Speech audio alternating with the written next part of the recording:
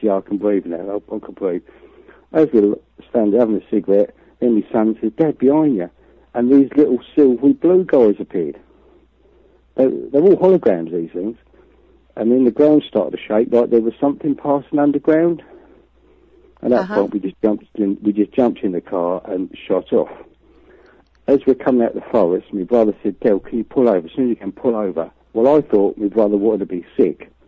That's what I thought, because of the shock. Because we was just in total shock. We pulled over, and he took his jacket off and lifted up his shirt, and he had blood coming down his shoulders. Something had zapped him on either shoulder. Well, oh gosh, was he hurt? I mean, was he in pain? No, but he was so shaken up. We got back to my house. I took some photographs of his shoulders, and he was supposed to be for another couple of days staying. But in the morning, he said, Del, I'm out of here. And he drove back to the other side of the country in shock. Now, this was in October 1st, 2012. My brother has not spoke to me in over a year until this Christmas, when he's opened up a bit about what went on. That's the shock. Yeah? That sounds pretty dramatic. It must have really affected him. It really did. And he said there was more than one giant. That's what frightened him. I only see the one giant, the one we was facing. But he said there was other giants there. Well, I do know that there is another incident in Britain, the Berwyn Mountain incident, that a number of lights were saw in the sky late in the evening. They were seen in the sky, and then they had a 3.5 magnitude earthquake, and a lot of reports that a UFO had crashed. So when you said the ground was shaking, that's what it made me think of. Well, funny you should mention that, because one of the main investigators of the Berwyn Mountains, his name is Russ Kellett. He actually is a radio host, funny enough, on Flame Radio. When I went on his show, and the reason I went on his show was because he was talking about an encounter he had in Yorkshire, another part of the UK, that he had with shadows and giants. And that struck, as soon as he said that, me and my brother zoomed in on the show.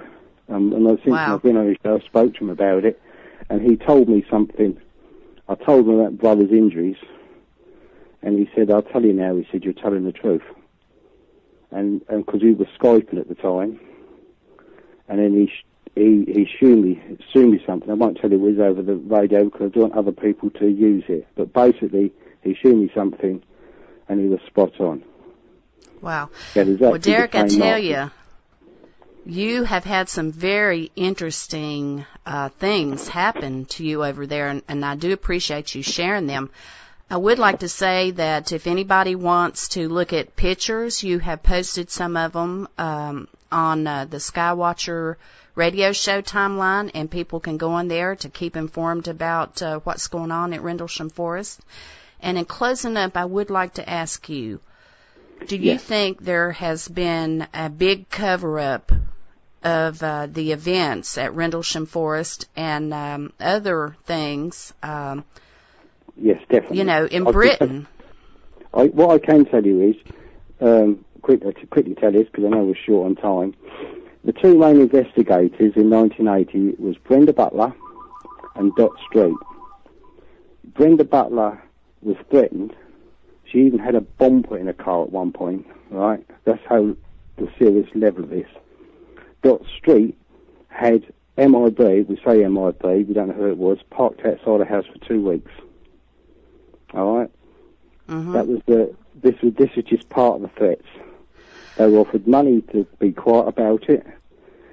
They were threatened, offered money to be quiet about it. Everybody involved was either threatened, told to keep quiet about it, or paid off.